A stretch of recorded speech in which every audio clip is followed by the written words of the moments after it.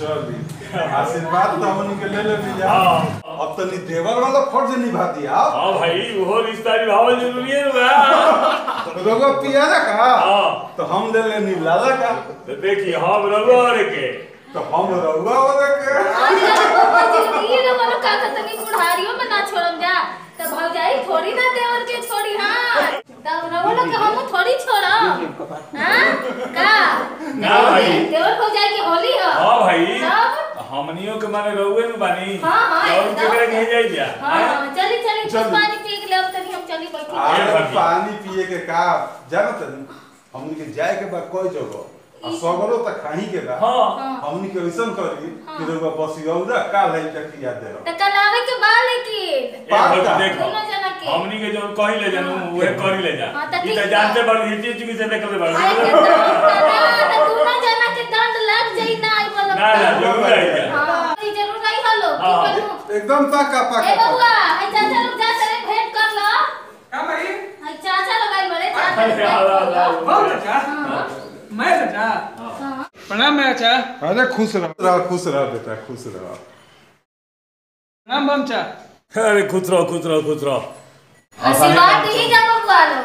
अरे आशीर्वाद बा एकदम बन जाओ लड़का। हां बन जाई ई पाका बनी। अच्छा लोग कुछ किया अब और खिया निकाले हलो अरे जका ले जा। हां मई अभी सलमान में नहीं हां कौन का नाम ले लस रे हैं बोलैले का बने जो का माने पर्व त्योहार के दिन तार विचार में कि केकरा के बोलावत तार जो माइयो हमार अभी ले पुरान के जमाना में फसल बिया और सलमान में अभी ले ना आई तो ओकरा के फोन लगाई कहां बा।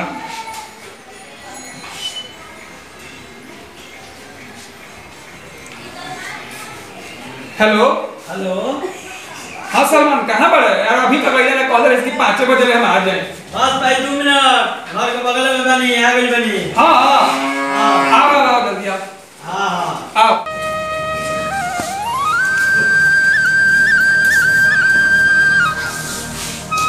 माँ हाँ आओ सलमान आओ भैया और इंतजार करो। अरे होली मुबारक हो। पहले आप तरह का गुलाल लगानी।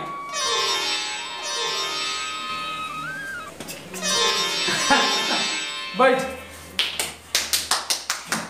आज सब सुनाओ। ई बोल क्या खइबे? चाट खइबे कि दही बाड़ा खइबे? चाट दही बाड़ा ले आओ मई। हां तनी 2 दही बाड़ा ले आओ।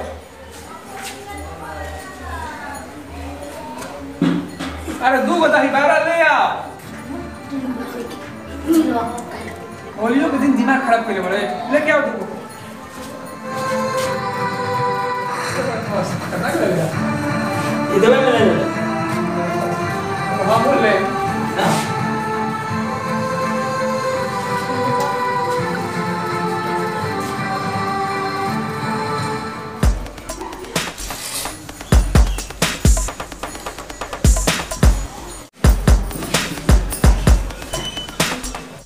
जो जा के जा है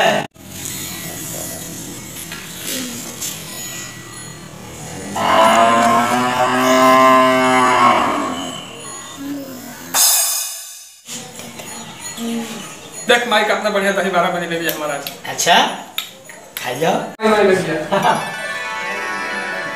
वाह बहुत चाची बने बड़े वाह मजा आ गया। आज तो पार्टनर आज हमारे अम्मी जान के याद आ गए। खोना ऐसे हमारा अम्मी जान दही बाड़ा बनाते हैं। अब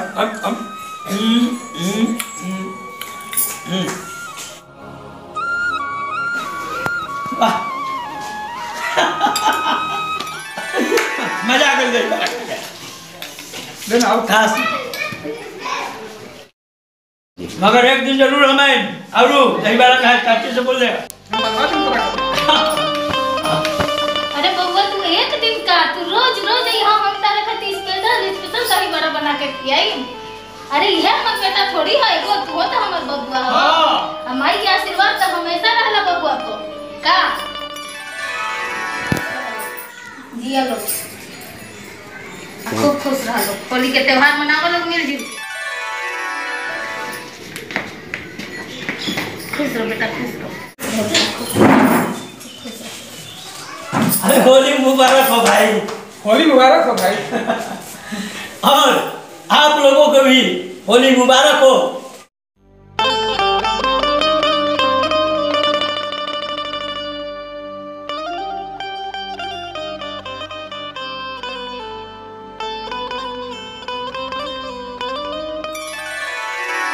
और हमनी के चैनल आरा टाइम के सब्सक्राइब नहीं पहले तो ओकरा के सब्सक्राइब करी।